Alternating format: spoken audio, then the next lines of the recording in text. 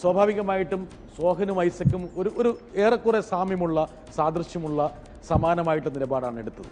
അതായത് ഇതൊക്കെ നിങ്ങൾ ഇവിടെ വന്നിരിക്കുന്നത് പണം ഉണ്ടാക്കാൻ വന്നു, പണം ഉണ്ടാക്കുന്നു, വീട് പോറ്റുന്നു, ബാങ്ക് ബാലൻസ് ഉണ്ടാക്കുന്നു, നിങ്ങൾ ലക്ഷറീസ് ആയിട്ട് ചിലർ ജീവിക്കുന്നു. നിങ്ങൾ ആരെയാണ് പഴി പറയേണ്ടത്? അങ്ങനെ ഒരു അവകാശമുണ്ടോ? മോഹൻ എങ്ങനെ കാണുന്നുണ്ട്? അത് ആ കൺസെപ്റ്റ് തെറ്റാണ്. നമ്മൾ പണം ഉണ്ടാക്കാൻ വരുന്നുള്ളതിൽ തെറ്റാണ്. ഇന്ത്യയിൽ ജോലിയോ അല്ലെങ്കിൽ കേരളത്തിന് പുറത്തോ ജോലി ഇല്ലാത്ത ഇതുകൊണ്ട് കേരളീയരായവരെല്ലാവരും തന്നെ 60കളിലൊക്കെ ഇങ്ങോട്ട് ലോഞ്ചിനൊക്കെ വന്നുള്ളവരാണ്.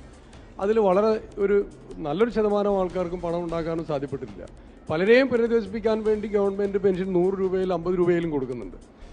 ഈ പ്രവാസികളുടെ പണം കൊണ്ട് സംരക്ഷിതമായി നിൽക്കുന്ന ഇന്ത്യൻ ഗവൺമെൻറ്, ഒരു കാലത്ത് പ്രവാസികളുടെ പണം ഇന്ത്യ ഗവൺമെൻറ് ആവശ്യമായിരുന്നു. ഈ ഗ്ലോബലൈസേഷൻ വരുന്നതിനേക്കാൾ മുമ്പ് അന്ന് പ്രവാസികളുടെ പണത്തിന് 12-18% വരെ ഇൻട്രസ്റ്റ് കൊടുത്തിരുന്നു. പിന്നീട് വിദേശ പണത്തിൻ്റെ ആധിപത്യം വർദ്ധിച്ചപ്പോൾ വിദേശികളിൽ അയക്കുന്ന പണത്തിനോട് താല്പര്യം കുറഞ്ഞതുകൊണ്ടാണ് ഇപ്പോൾ വിദേശികളെ തള്ളിപ്പറയാൻ വേണ്ടി ഏത് ഗവൺമെൻറ് തയ്യാറാവുന്നത്.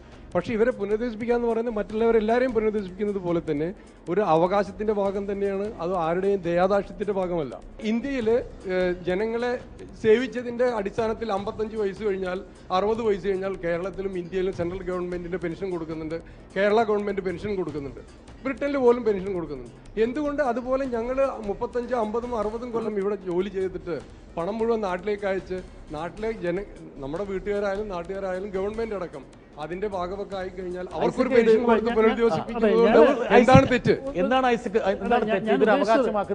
ഞാൻ പറഞ്ഞത്? ഇതൊരിക്കലും ഒരു അവകാശമായിട്ട് നമുക്ക് പറയാനൊക്കത്തില്ല. കാരണം നമ്മളെക്കാൾ ഈ പ്രവാസികൾ ഇവിടെ ഗൾഫിലുള്ള ഇന്ത്യക്കാർ എത്ര പേരുണ്ട്? 5 മില്യൺ പ്രവാസികളേ ഉള്ളൂ. അവിടെ ജനകോടികൾ കിടക്കുകയാണ്. അതായത് അതിൽ എത്ര ആൾക്കാർ ഒരു നിവൃത്തിയില്ല, പട്ടിണി, ദാരിദ്ര്യം, അവർക്കൊക്കെ പെൻഷൻ കിട്ടുന്നുണ്ടോ? പെൻഷൻ കിട്ടുന്നില്ലല്ലോ. അവർക്കത് പെൻഷൻ കിട്ടും. പിന്നെ പെൻഷൻ പിന്നെ ഞാൻ പറഞ്ഞത് എന്താണ്? പുനരധിവാസം, റീഹാബിലിറ്റേഷൻ ആവശ്യമാണ്. അതൊരു അവകാശമായിട്ട് നമുക്ക് പിടിച്ചു വാങ്ങാൻ ഒക്കത്തില്ല. അങ്ങനെയുള്ള ഗവൺമെന്റിനെ നമ്മുടെ ബോധവൽക്കരിച്ച് അവരതിന് മുന്നോട്ട് വരുന്നുണ്ട്. അത് സ്വാഗതാർഹമാണ്. അത് വേണ്ടെന്നല്ല ഞാൻ പറഞ്ഞത്. പക്ഷേ ഞാൻ പറഞ്ഞത് എന്താണ്? ഞാൻ ഇത്രയും വർഷം ജോലി ചെയ്തിട്ട് 35 വർഷം ജോലി ചെയ്തിട്ട് ഒരു പൈസ പോലും ഇൻകം ടാക്സ് ആയിട്ട് ഇന്ത്യ ഗവൺമെൻറ് കൊടുത്തിട്ടില്ല. അത് പ്രവാസി എന്നുള്ള നിലയിൽ എനിക്ക് കിട്ടിയ ഒരു ആനുകൂല്യമാണ്. അതിന് ഞാൻ നന്ദി പറയുകയാണ്. ഇടയ്ക്കിടയ്ക്ക് നാട്ടിൽ പോകുന്ന ഒരു പ്രധാനപ്പെട്ട മാധ്യമ പ്രവർത്തനം കൂടിയാണ് നിങ്ങൾ. നാട്ടിൽ പോയി അവിടെ പണം ചെലവാക്കുന്നു, ആ പണം ചെലവാക്കുമ്പോൾ അതിന്റെ വിഹിതം സർക്കാരിന് കിട്ടുന്നില്ലേ? അത് കിട്ടുന്നുണ്ട്. അവിടെ ജോലി ചെയ്യുന്നവർക്കെല്ലാം കിട്ടുന്നുണ്ട്. പെട്ടെന്ന് പ്രത്യേകിച്ചൊരു അവകാശം നിങ്ങൾക്കങ്ങനെ പ്രത്യേകിച്ചൊരു അവകാശം ആവശ്യമില്ല. നമ്മൾ മനസ്സിലാക്കേണ്ടത്, ഇദ്ദേഹം പറഞ്ഞു ഭൂരിപക്ഷം ഇന്ത്യക്കാരും വളരെ ദാരിദ്ര്യക്ക് താഴെയാണ്, അതുകൊണ്ടാണ് നമുക്കൊന്നും ചെയ്യാൻ പറ്റില്ല പറഞ്ഞത്. നമ്മൾ മനസ്സിലാക്കേണ്ടത്, നമ്മൾ ഇന്ത്യയിലെ ന്യൂനപക്ഷത്തിൽ ന്യൂനപക്ഷമായിരിക്കുന്ന അംബാനിയെ പോലുള്ള, ബിർളയെ പോലുള്ള ആളുകൾക്ക് എത്ര % ആയിരിക്കുമെന്ന് താങ്കൾക്ക് അറിയാമോ? നമ്മൾ അംബാനിക്ക് വിഷമമുണ്ടാകുമ്പോൾ, നമ്മുടെ ബിർളയ്ക്ക് വിഷമമുണ്ടാകുമ്പോൾ നമ്മുടെ മൻമോഹൻ സിംഗിന് വല്ലാതെ വേദനിക്കുന്നുണ്ട്. അതുകൊണ്ടാണ് അംബാനിയെ പോലുള്ള ബിർളയെ പോലുള്ള ആളുകൾക്ക് മാന്ദ്യത്തിന്റെ പേര് പറഞ്ഞുകൊണ്ട് 5.5 ലക്ഷം കോടി കൊടുത്തപ്പോൾ അവർക്ക് വിഷമമുണ്ടായില്ല. കാരണം അത് അംബാനിയാണ്, അത് ബിർളയാണ്. അപ്പോൾ നമ്മുടെ പ്രധാനമന്ത്രി പറയുന്നത് അവർ നമുക്ക് വിദേശ നാണ്യം നേടിത്തരുന്നു. ഇന്ത്യയുടെ പൊതുമേഖലാ കമ്പനിയായ ഇന്ത്യൻ ഓയിൽ കോർപ്പറേഷൻ ഇവിടെ UAE-യിൽ നിന്നോ ഇറാഖിൽ നിന്നോ ക്രൂഡ് ഓയിൽ കൊണ്ടുപോകുമ്പോൾ നികുതി കൊടുക്കണം ഇന്ത്യ ഗവൺമെന്റിന്. എന്നാൽ അംബാനി എന്ന് പറയുന്ന നമ്മുടെ ചർച്ച അംബാനിയല്ല. നമുക്ക് എന്തുകൊണ്ട് ഒരു 10% നമ്മുടെ റേറ്റിൽ എന്തുകൊണ്ട് ഈ അംബാനിക്ക് കൊടുക്കുന്ന 5%-മോ 4%-മോ റേറ്റിൽ കുറവ് എന്തുകൊണ്ട് പ്രവാസി മലയാളിക്ക് തന്നുകൂടാ? ബഹുമാന്യനായ ഐസക്ക് 90% പ്രവാസികളെ മറന്ന് 10%-ന് വേണ്ടിയാണ് സംസാരിക്കുന്നത്. കേരളത്തിന്റെ ഹൃദയരക്തം സിരകളിൽ കൊണ്ടാടുന്ന ആളുകളാണ് ഗൾഫ് പ്രവാസികൾ. മറ്റു പ്രവാസികളെ പോലെ കണക്കാക്കരുത്. ഇവിടെ പറഞ്ഞ എല്ലാ കാര്യങ്ങളും കേരളത്തിലെ ഓരോ ജനവിഭാഗത്തിന് ലഭിക്കുന്ന എല്ലാ കാര്യങ്ങൾക്കും ഈ പ്രവാസികളായ നമ്മളും അവകാശികളാണ്. പക്ഷേ ഗവൺമെന്റ് നൽകുന്നത് ഔദാര്യമായിട്ടല്ല. പേടിപ്പിക്കരുത്. ഇതൊക്കെ നല്ല കാര്യങ്ങളാണ്. നമ്മളിതൊക്കെ നമുക്ക് കിട്ടിയാൽ വളരെ സന്തോഷമാണ്. നിങ്ങളോടൊത്തും ഞാൻ അതിൽ കൂടുതൽ ആഹ്ലാദിക്കും നമുക്ക് ഇതൊക്കെ കിട്ടുകയാണെങ്കിൽ. അപ്പോൾ ഞാൻ പറഞ്ഞ പ്രായോഗികമായിട്ടുള്ള ചില കാര്യങ്ങൾ വെച്ച് ഞാൻ പറയുകയാണ്. നമ്മുടെ ഇത് അവകാശമായിട്ട് നമുക്ക് ചോദിക്കാൻ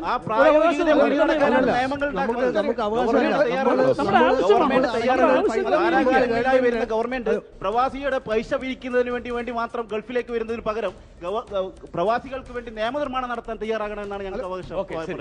സാധാരണ പ്രവാസികളുടെ കാര്യമാണ് ഇവിടെ സംസാരിക്കേണ്ടത്. സാധാരണ വെച്ചാൽ 25 കൊല്ലം 30 കൊല്ലം അറബി വീടുകളിലും ചായക്കടകളിലും തുച്ഛമായ ശമ്പളത്തിന് ഇവിടെ ജോലിയെടുത്ത് അവർ രോഗികളായിട്ടാണ് നാട്ടിൽ പോകുന്നത്. അത് കാലങ്ങൾക്ക് ശേഷം ഇവരെന്താക്കി ഗൾഫ് മേഖലയിൽ നിന്ന് പൈസ NRI പൈസ ആയിട്ട് അയച്ച് കേരളം പടുത്തുയർത്തി. ആദ്യം കേരളത്തിൽ ഒന്നുമില്ലാതെ സ്ഥലമായിരുന്നു. ഇപ്പം ഗൾഫ് പ്രവാസികളെ കൊണ്ട് അവരെന്താക്കി ഐയിലായിട്ട് ഇങ്ങനെ കടന്നു പോകുന്ന അവർക്ക് എന്തെങ്കിലും ഒരു പെൻഷൻ നാട്ടിൽ പോകുമ്പോൾ അവർക്ക് അവരെ രോഗത്തിന് വേണ്ടിയിട്ടോ അവർക്ക് അല്ലെങ്കിൽ എന്തെങ്കിലും ഭക്ഷണങ്ങൾ അവരെ കുടുംബങ്ങൾ പോറ്റാൻ വേണ്ടിയിട്ടോ ഈ ഗവൺമെന്റിന് നിങ്ങളോടാണ് പറയുന്നത്. നിങ്ങൾ പെട്ടെന്ന് പറഞ്ഞ് സോഹൻ റോയ് ചോദിച്ചൊരു കാര്യമാണ്, നിങ്ങളൊക്കെ വീട് പടുത്തുയർത്തി, നിങ്ങളുടെ വീടല്ലേ പടുത്തുയർത്തിയത്? ഞാൻ ചോദിക്കുന്നതല്ല, ഈ 30 കൊല്ലം 25 വർഷം കഴിഞ്ഞിട്ട് എന്തുകൊണ്ട് പ്രവാസിയൊക്കെ അവർക്ക് കൊടുത്തുകൂടാ? നാട്ടിൽ മീൻ വെക്കുന്നവനിക്കും ഈ ബാർബറിനും എല്ലാവർക്കും പെൻഷൻ അതാ ചോദിക്കുന്നത്. ഇവിടെ സോഹൻ റോയ് സംസാരിക്കുന്നത് പാവപ്പെട്ടവന്റെ ഇതല്ല. ഇവിടെ 800 രൂപയ്ക്ക് ജോലി ചെയ്യുന്ന കഫ്റ്റീരിയയിലും ഗ്രോസറിയിലും വർക്ക് ചെയ്യുന്ന ആൾക്കാരുണ്ട്. ഈ 800 ദിർഹംസ് പറയുന്നത് നാട്ടിലെ 10,000 രൂപയുള്ളൂ. നാട്ടിലെ കർഷക ഒരു തൊഴിലാളിക്ക് 500 ദിർഹംസാണ് മിനിമം കിട്ടുന്നത്. ഈ 500 ദിർഹംസ് ഒരു മാസം കൊണ്ട് 15,000 രൂപയോളം വരും. അതൊരു അവിടെ കർഷകർക്ക് തൊഴിലാളികൾക്ക് പെൻഷൻ കൊടുക്കുന്നുണ്ട്. ഇവിടെ ഈ 800 ദിർഹംസിനും 1200 ദിർഹംസിനും ജോലി ചെയ്യുന്ന അനേകാര്യങ്ങൾ ഇവിടെ ജോലി ചെയ്യുന്നുണ്ട്. അവർക്ക് ഇവിടുന്ന് അവർ ജോലി ചെയ്യുന്ന സ്ഥാപനത്തിൽ നിന്ന് ഒരു ഗ്രാറ്റുവിറ്റിയോ ലീവ് സാലറിയോ എയർ ടിക്കറ്റോ അങ്ങനെയുള്ള യാതൊരൊന്നും കിട്ടാതെ ഇവിടെ വർഷങ്ങളോളം ജോലി ചെയ്ത് നാട്ടിലേക്ക് അവർ ചെല്ലുമ്പോൾ അവർക്ക് യാതൊന്നും 50-60 വയസ്സിൽ പോകുന്ന ധാരാളം ആളുകളുണ്ട്. അയാൾ ചർച്ച ചെയ്യുന്ന അവരൊക്കെ അദ്ദേഹത്തിന്റെ ഒരുപക്ഷെ ജീവിതം പ്രദാനം ചെയ്തിട്ടുള്ള ആ അനുഭവം അല്ലെങ്കിൽ ആ ആശങ്ക അതിൽ നിന്നൊക്കെയാണ് ഇവർ സംസാരിക്കണേ. ഈ 500, 600, 700 ദിർഹംസിന് ജോലി ചെയ്ത് ഒരു 10-60 വർഷം കഴിഞ്ഞ് തിരിച്ച് നാട്ടിലേക്ക് പോകുമ്പോൾ അല്ലെങ്കിൽ 60-ാം വയസ്സിൽ പോകുമ്പോൾ അവിടെ ഒന്നും പ്രതീക്ഷിക്കാനില്ല. ഒരുപാട് കേരളത്തിന്റെ അഭിവൃദ്ധിക്ക് വേണ്ടി സാമൂഹ്യ സാമ്പത്തിക സമവാക്യങ്ങളിൽ കുറച്ചും കൂടി ദൃഢത പകരാൻ വേണ്ടി സംഭാവന ചെയ്ത ഇവരെ എങ്ങനെയാണ് കാണണ്ടേ? അല്ല ഇപ്പൊ ഒരു ശൂന്യതയിൽ നിന്ന് നമുക്ക് വിഭൂതി സൃഷ്ടിക്കുന്ന പോലെ പണം ഉണ്ടാക്കാൻ പറ്റില്ല. പെൻഷൻ ആണെങ്കിലും അതിനൊരു ഫണ്ട് ഉണ്ടാവണം. ഗവൺമെന്റിന്റെ കയ്യിൽ നിന്ന് ഈ ഫണ്ടൊന്നും പ്രതീക്ഷിക്കാതിരിക്കുക. പിന്നെ അതിന് ഒരു മാർഗമേ ഉള്ളൂ.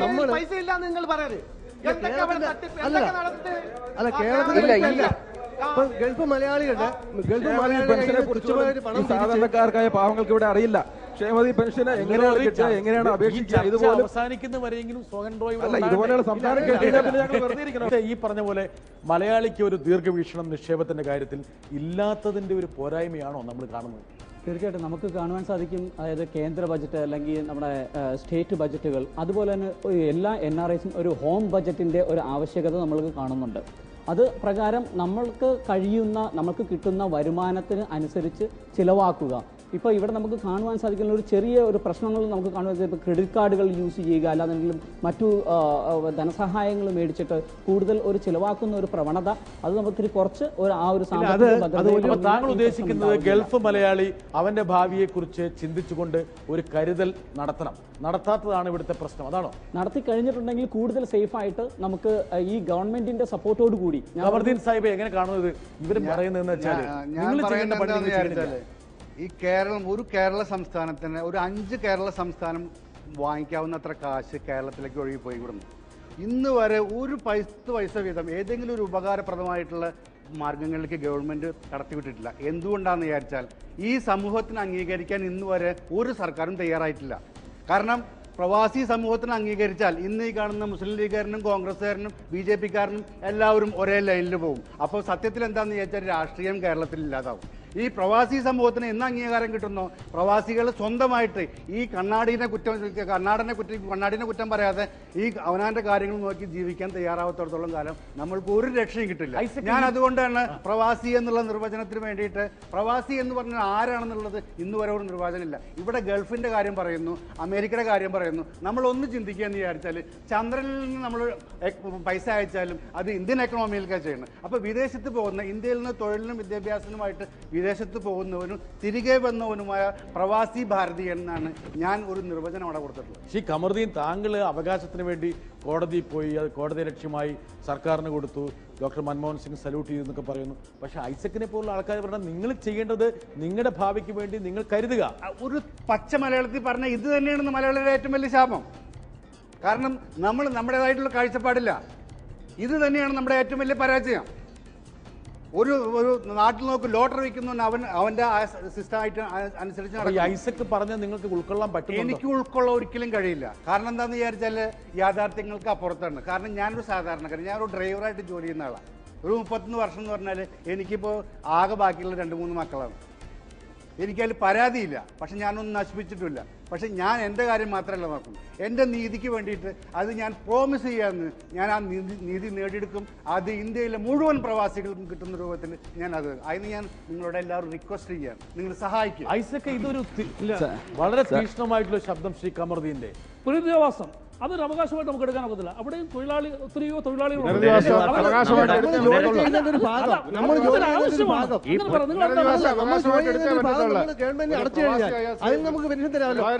ശേഷം മലയാളികൾ വന്ന് ഗൾഫിലേക്കാണ് വന്നിട്ടുള്ളത്.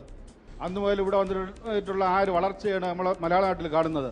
ഒരുപക്ഷെ ഗൾഫിൽ മലയാളികൾ വന്നില്ലായിരുന്നെങ്കിൽ ഇന്ന് നമ്മൾ കേരളത്തിൽ കാണുന്ന മനുഷ്യ സമൂഹത്തിന് ഇന്ന് ആഫ്രിക്കയിലും സോമാലിയയിലും എത്യോപ്യയിലും കാണുന്ന സഞ്ചരിക്കുന്ന അസുഖങ്ങളെ പോലെ ഇരിക്കുമായിരുന്നു അവിടുത്തെ മനുഷ്യന്മാർ.